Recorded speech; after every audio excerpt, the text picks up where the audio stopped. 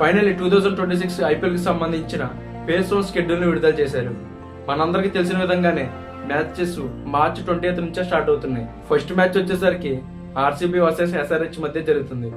అయితే first match Chinnaswamy స్టేడియంలో జరుగుతుందని ఇంకా కన్ఫర్మ్ కాలేదు. ఎందుకంటే ఈ స్టేడియంలో మ్యాచెస్ జరగాలంటే కర్ణాటక గవర్నమెంట్ కొన్ని రూల్స్ పెట్టిన విషయం మనందరికీ తెలిసిందే.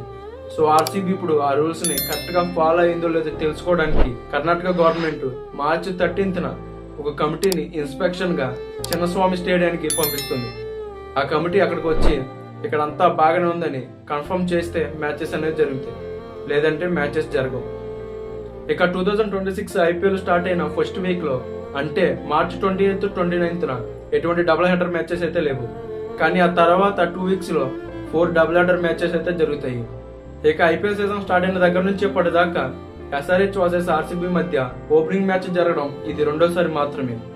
ఇక and same IPL season start అయిన దగ్గర నుంచి ఇప్పటిదాకా ఎలక్షన్స్ జరిగిన ప్రతిసారి IPL షెడ్యూల్ ని 2 phases గా రిలీజ్ చేశారు.